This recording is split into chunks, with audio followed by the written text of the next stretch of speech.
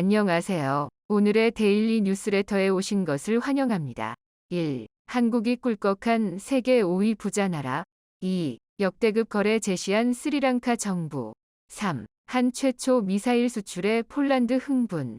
한번 진실을 알아봅시다. 다양한 기준이 있겠지만 보통 잘 사는 국가 순위를 정할 때 국내 총생산 GDP를 이용합니다.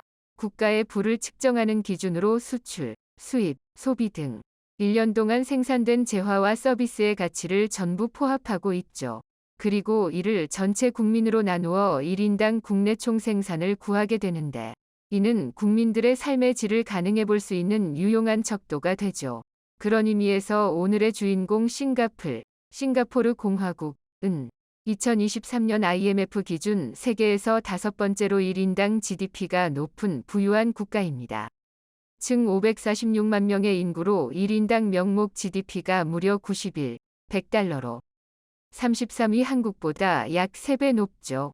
말레이반도 최남단에 붙은 아주 작은 도시국가지만 국토면적 647km 이나 인구수 546만 명로 싱가포르의 가치를 평가할 수는 없습니다. 인도양과 태평양을 잇는 지정학적 장점 덕분에 중개무역 중심지로 성장해 말레이시아로부터 독립하기 이전부터 경제적으로 부유했는데 1960년 이미 일본에 버금가는 경제 수준을 갖추고 있었습니다.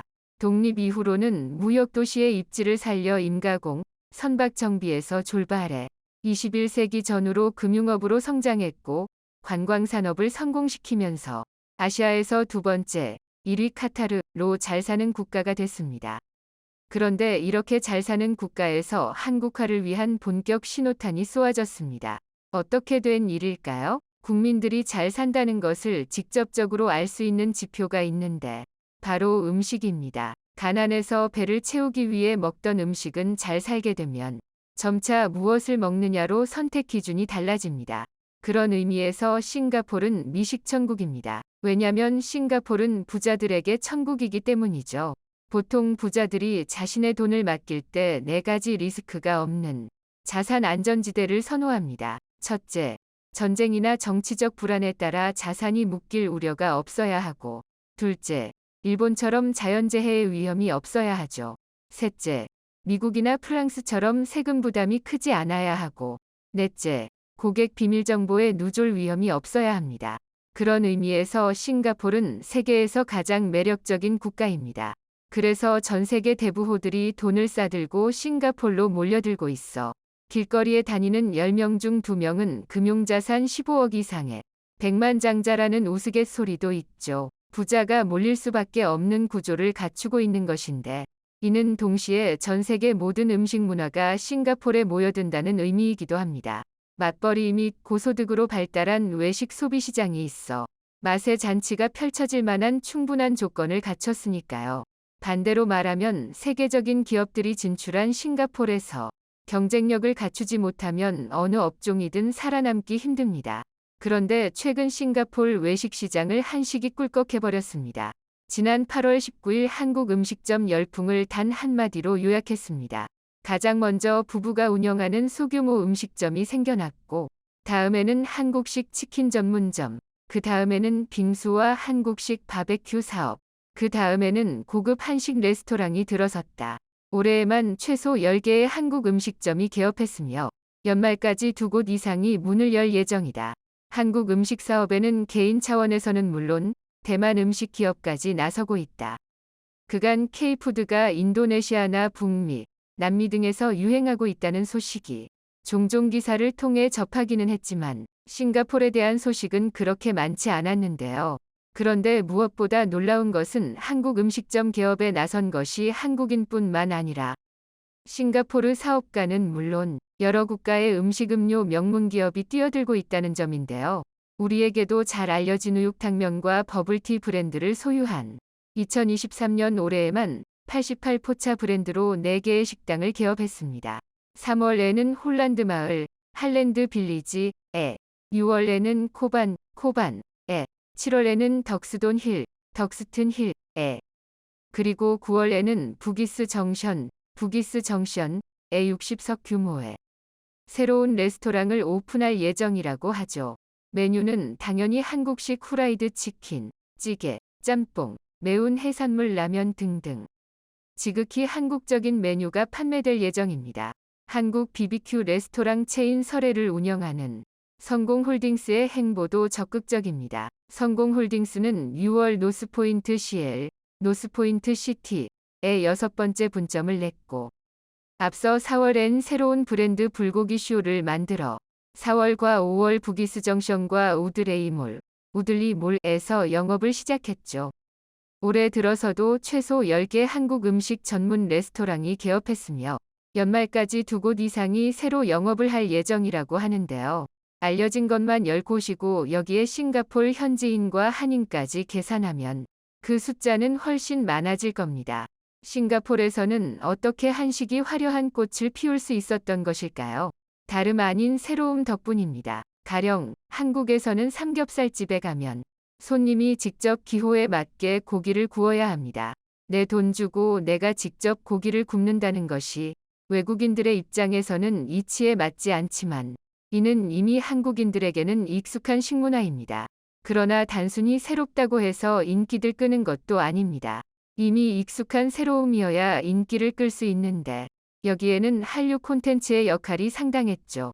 왜냐면 한국 드라마나 영화라면 을의 삼겹살에 소주 또는 포차 등이 등장하기 때문에 싱가포르에는 없는 이러한 분위기를 느껴보고 싶은 잠재 고객은 엄청났을 겁니다. 푸드 팰리스 그룹이 88포 차를 출시하게 된 것도 한국 드라마 등에서 영감을 얻은 점이 컸죠.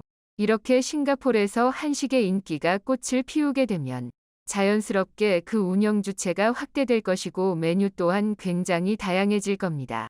일례로 현재 싱가포르에는 한국인들에게 상당히 익숙하지만 외국인들에게 생소할 수 있는 닭도리탕까지 진출한 상황.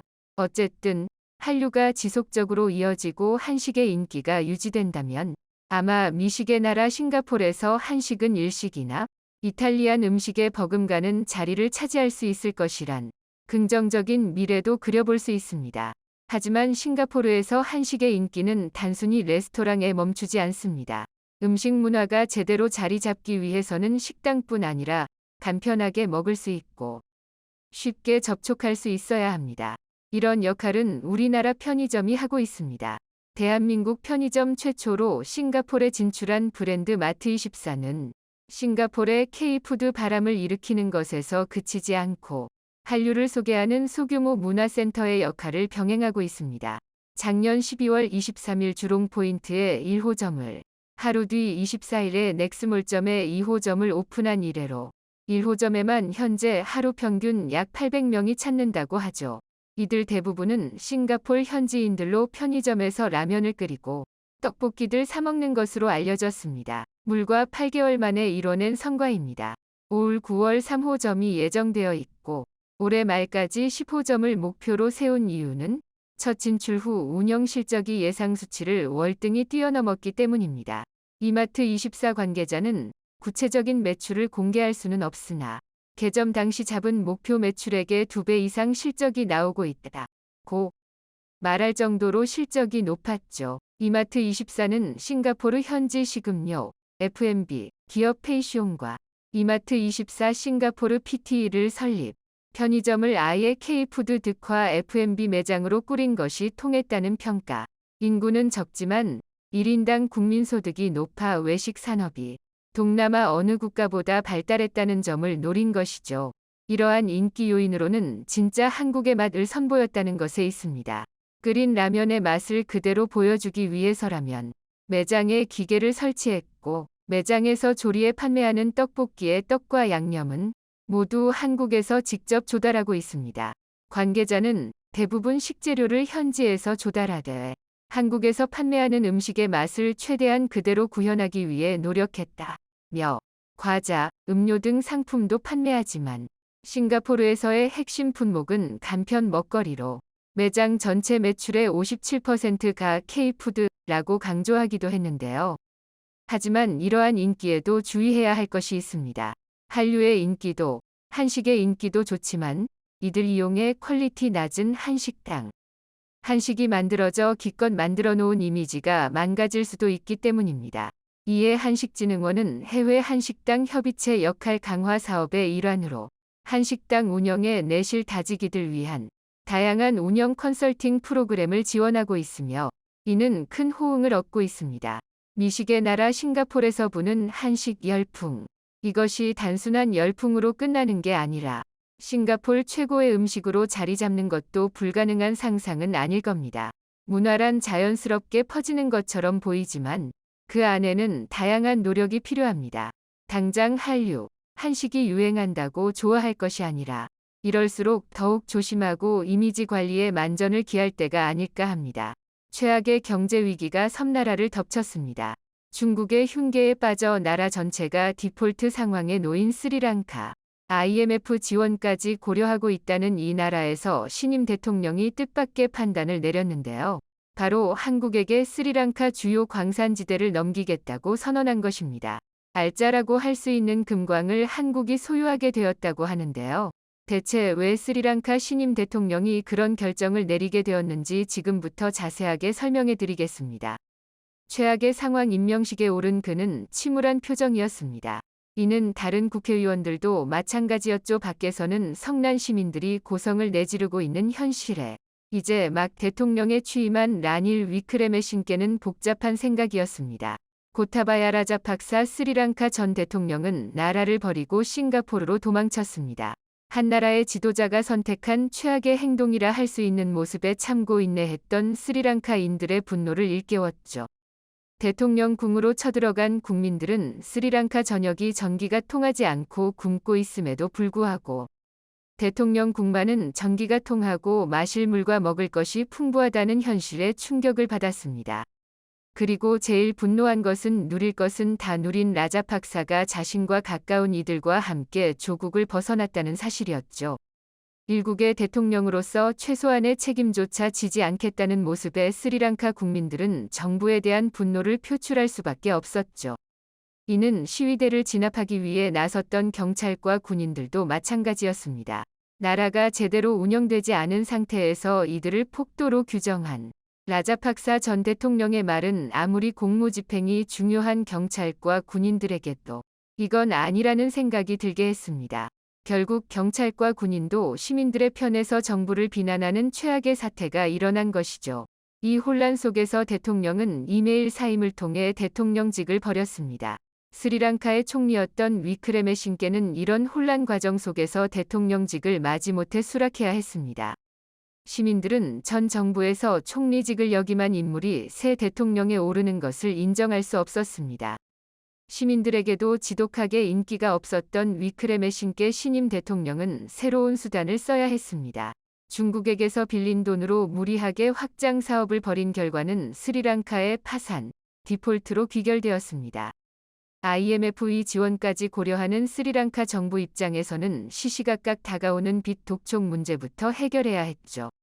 최대 채권자인 중국도 있었지만 다른 국가의 채무 역시 스리랑카는 지고 있었던 상황. 당장 한국도 스리랑카에 많은 돈을 투자했고 디폴트로 인해 피해를 입은 대표적인 국가입니다. 스리랑카에게서 받아내야 할 것이 있는데요. 민간 기업만이 아니라 정부도 스리랑카에 차관을 주었습니다. 당장 한국에게 갚아야 할 빚 청산 기일이 다가오고 있기에 스리랑카 대통령은 빚을 갚기 위해 여러 방안을 모색했지만 당장 곡식이나 전력 공급도 어려운 마당에 한국에게 진 빚을 갚기에는 역부족이었죠. 처음부터 차근차근 빚을 갚기 위해 구제 계획을 내놓고 이를 실천에 옮기기 위해 움직여야 했습니다. 신임 스리랑카 대통령은 고민 끝에 놀라운 결정을 내리게 되었는데요. 바로 스리랑카 광산 가운데서 금이 많이 나오기로 유명한 세루일라 광산지대를 한국에게 넘기기로 한 것이죠. 스리랑카에 있는 여러 광산지대 중 가장 알짜배기 지역을 넘기면서 한국에게 현물로 빚을 갚는 것과 동시에 중국은 더 이상 믿기 어렵고 그래도 오랜 시간 스리랑카를 도와준 한국에게 스리랑카 대통령은 사정을 한 것입니다. 많은 이들은 잘 모르지만 스리랑카는 보석은 물론이고 각종 광석이 풍부하게 나오는 장소로 이번 세루일라 광산지대는 그 중에서도 금이 많이 나오기로 소문난 장소입니다. 스리랑카 금은 예전부터 매우 유명했죠. 스리랑카 금의 역사는 기원전으로 거슬러 올라갑니다. 기원전 2세기에 있었던 싱할라족 왕 듀투가문유 통치 아래 스리랑카 전역에서 금이 발굴되었다는 기록이 남아 있는데요. 광부들은 강에서 손쉽게 사금을 채취하는 것은 물론이고 지표면에도 금이 노출되어 있어서 쉽게 캘 수 있었다고 합니다. 서기 8세기에도 스리랑카의 금은 유명해 인도에서 섬이라고 부를 정도였다고 합니다. 이후 1840년대 도시 콜롬보 근처에서 엄청난 황금을 발견한 영국 선원 브랜들리가 이 소식을 영국으로 알리면서 스리랑카의 골드러시가 시작되었고 많은 기업들이 이 부근에서 황금은 물론이고 각종 보석을 캐기 시작했습니다. 덕분에 많은 이들이 스리랑카에 모여들었고 겉표면에 노출된 금은 빠르게 사라졌지만 그래도 스리랑카에는 많은 금이 있었고 전문 업체들이 땅속 깊은 곳에 숨겨진 금을 캐기 위해 탐사에 나섰습니다. 세루와일라는 이런 탐사 과정 중에 발견된 지역인데요. 광물이 풍부한 지대라는 것을 발견한 영국 금광 업체는 이 지역의 독점 개발권을 가지고 금은 물론 각종 귀금속 개발에 나섰습니다. 실제로 이 근처에서는 순도 높은 금은 물론이고 사파이어와 감남석 등 귀중한 보석들도 같이 발견되었죠. 스리랑카의 자랑이라고 할 수 있는 보석 광산은 여러 국가에 의해 지배를 당했지만 스리랑카는 이 광산 산업을 지속적으로 유지하기 위해 기업체를 만들어 광산지대를 국유화하는 과정을 거쳤습니다. 세루와일라 역시 이 과정에서 스리랑카 정부 손에 넘어갔죠. 라자팍사 대통령을 비롯한 스리랑카 정치인들은 스리랑카에 있는 귀금속을 기반으로 사업을 벌이거나 엄청난 규모의 채권을 도입하면서 권력 쟁취에 나섰습니다. 스리랑카 국민들은 압도적인 부를 가지고 있는 라자팍사 대통령에게 아무런 저항을 하지 못했죠. 그리고 무분별하게 빌린 돈은 큰 빚으로 돌아왔습니다. 그나마 스리랑카가 가지고 있는 자산 중 제일 멀쩡한 것들이 바로 스리랑카 정부가 소유하고 있는 여러 광산인데요. 중국보다도 먼저 한국에게 빚을 갚겠다고 하면서 한국에게 광산을 준 것이죠. 그런데 어째서 스리랑카는 한국에게 이러한 제안을 선뜻 할 수 있었던 것일까요? 그것은 한국이 스리랑카에 여러 차관을 빌려주면서 스리랑카 경제에 상당한 투자를 단행했기 때문입니다. 스리랑카에 진출한 외국 기업들 중 20%가 한국 기업들로 스리랑카에서 가장 큰 투자 및 고용을 담당하고 있는 나라가 한국입니다. 스리랑카의 연간 수출액 10%가 한국 기업에서 나올 정도죠. 경남기업, 한진에온, 오션뮤직, 삼양랑카와 같은 한국 기업들은 일찍이 스리랑카 시장의 발전 가능성을 눈여겨보고 이 지역에 사업체를 세웠고 현지인들을 고용했습니다. 스리랑카 정부 역시 한국의 투자를 반기며 세제 지원을 해주었죠. KT 역시 스리랑카에 엄청난 투자를 하면서 스마트시티 지원에 나서는 모습을 보였습니다. 디폴트가 터지기 전에 기술 협력은 물론이고 노하우 전수까지 한국이 앞장서겠다며 계약을 하는 모습을 보인 바 있었죠. 한국공적개발원조 ODA 중점협력국이 또한 스리랑카이기 때문에 올해 스리랑카의 원조 확정액만 967억 원에 달하죠. 스리랑카 입장에서는 원조도 해주고 현지인 고용도 해준 한국에게 가장 먼저 빚을 변제해야 하는 입장입니다. 또한 스리랑카인들이 현재 반중 정서가 심하다는 것 역시 한국이 광산을 먼저 받을 수 있는 계기였습니다. 사실 중국은 스리랑카에게 막대한 돈을 빌려주고 무이자와 분할 상환에 스리랑카를 배려하는 모습을 보였습니다. 그러나 스리랑카가 위험해지고 중국 역시도 경제 위기에 빠지자 돌연 태도를 바꾸며 연 6%의 고금리 이자를 책정하는 것으로 말을 바꾸면서 스리랑카를 경제적으로 압박했습니다. 또한 중국 돈을 빌려 스리랑카가 무리하게 개발을 추진했던 한반토타 항구는 물론 항구 근처에 지은 라자팍사 공항은 최악의 이용률을 기록하며 만성 적자 상태로 전락하게 되었는데요. 이는 스리랑카 경제를 위협하는 요소가 되었습니다. 당연히 스리랑카인들은 중국에 대해 감정이 좋을 수가 없습니다. 그래서 보란듯이 한국에게 먼저 빚을 갚는 모습을 보이며 중국에게는 빚을 절대 갚을 수 없다는 의지를 보인 것이죠. 국민들의 감정을 달래고 한국에게 빚을 갚는 모습을 보이며 정부가 정상적으로 돌아가고 있고 중국과 선을 그으려고 한다는 정치적 메시지를 보여준 행위라고 할 수 있습니다. 정상정부를 꾸리고자 한 스리랑카 신임 대통령의 정치적 계산이 있었던 것이죠. 한국은 스리랑카의 제안 덕분에 뜻하지 않게 금광을 얻을 수 있게 되었습니다. 스리랑카에 있는 금은 순도가 높은 것으로 유명해 이곳에서 가공된 금은 유명 보석회사에서 선호하는 상품이죠. 한국은 돈을 빌려준 덕분에 금이라는 엄청난 이득을 얻게 되었습니다. 스리랑카의 혼란이 빠르게 가라앉기를 기도하며 중국보다도 먼저 광산을 제공하면서 의리를 지키려고 했던 스리랑카의 우위에 박수를 보냅니다. 한국 육군의 강력한 화력을 과시했다는 소식이 전해졌습니다. 이번 훈련에는 천무 2문과 자주포 15문이 투입되어 200여 발이 사격되었고, 천무는 60km 떨어진 표적을, K9 자주포는 장사거리 포탄으로 최대 사거리인 40km 떨어진 표적을 타격했는데요. 또한 K9 자주포는 장사거리 포탄으로는 최초로 자주포 1문으로 포탄 3발을 발사해 동시에 표적에 명중시키는 토트 사격을 성공적으로 실시하며 다시 한번 K9이 명품 자주포라는 사실을 증명해냈습니다. 이처럼 뛰어난 성능을 보여준 천무 다연장 로켓과 K9 자주포는 세계 군수시장에서 가장 뜨거운 무기 중 하나로 주목받고 있으며 폴란드를 비롯해 각국의 수출이 진행 중인데요. 얼마 전도 무기의 수출이 큰 진척을 이루어내며 한국 방산의 놀라운 위력을 과시했다는 소식이 들려왔습니다. 폴란드의 첫 번째 천무 다연장 로켓의 인도는 8월에 이루어질 것입니다.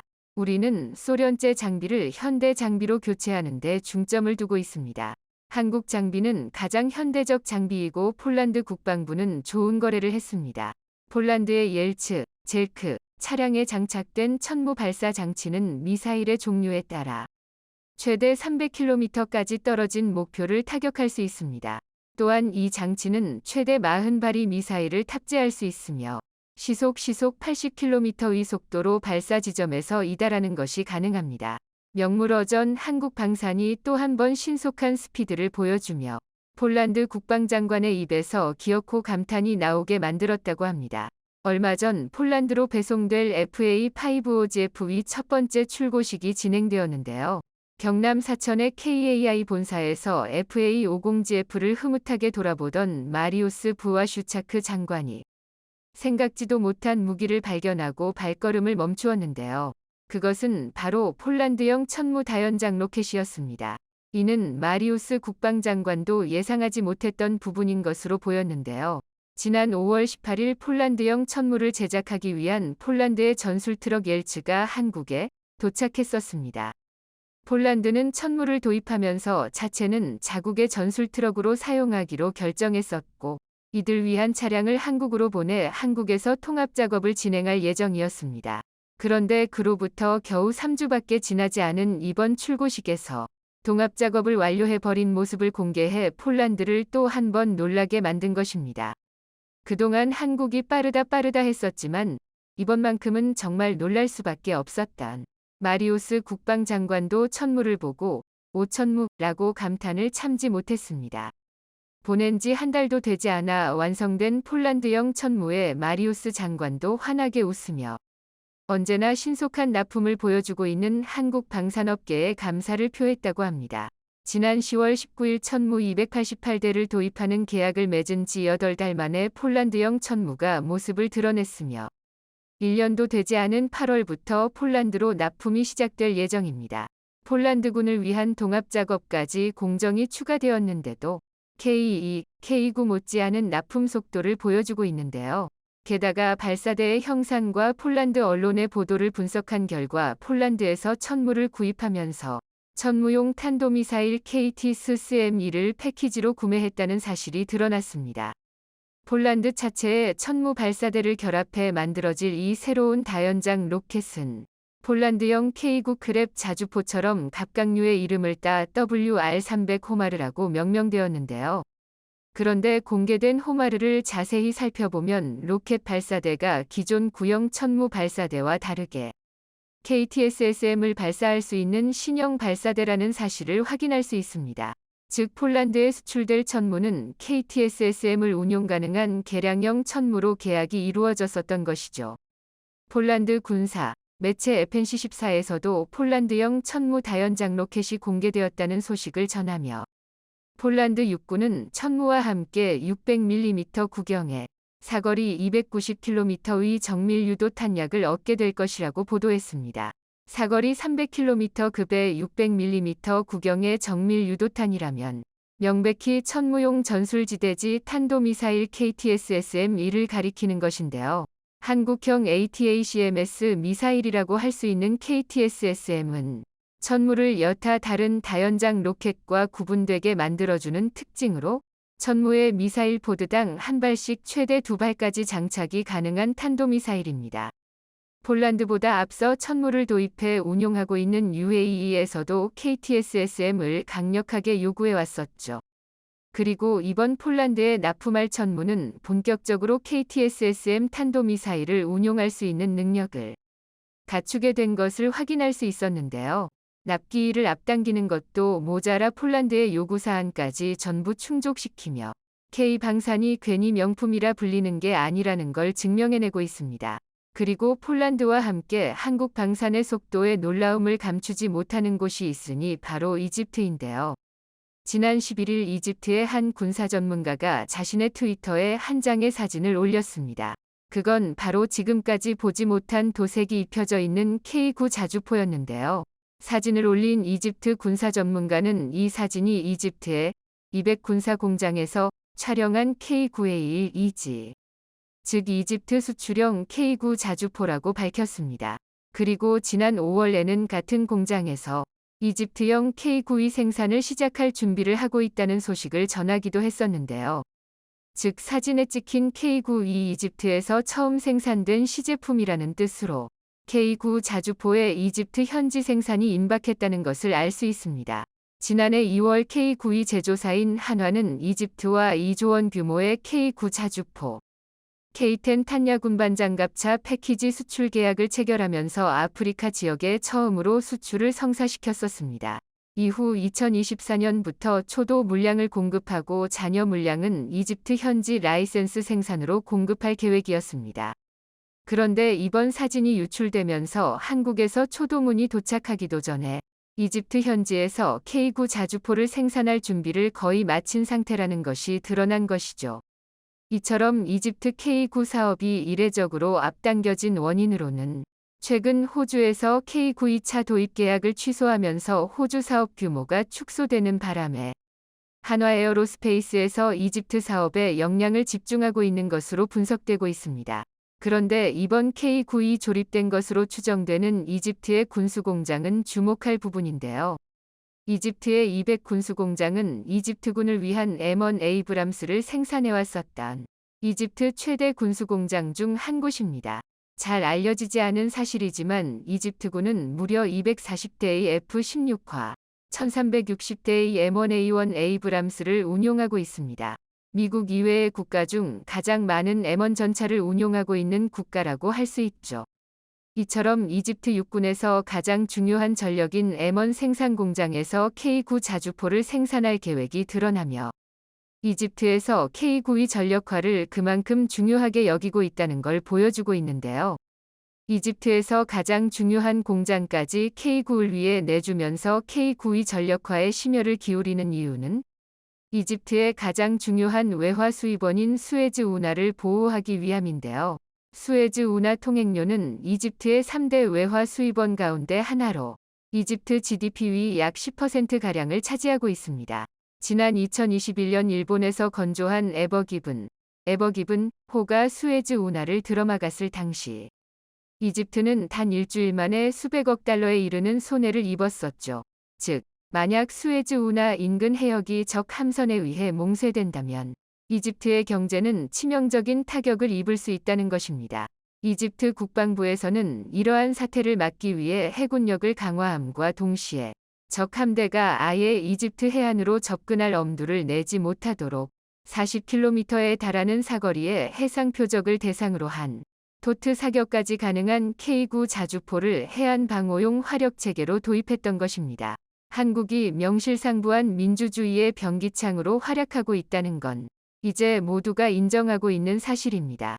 최근 한국 무기 도입에 관심을 보이고 있는 체코 언론에서도 유럽의 무기에 대한 굶주림을 한국은 불과 3개월 만에 채워줄 수 있었지만 미국은 앞으로 몇 년은 더 기다려야 합니다라는 제목의 기사들 보도하며 미국과 유럽의 군수공장이 밀려드는 수요를 감당하지 못하는 지금 아시아의 군수 강국 한국이 유럽 시장을 성공적으로 차지하고 있다고 말했는데요.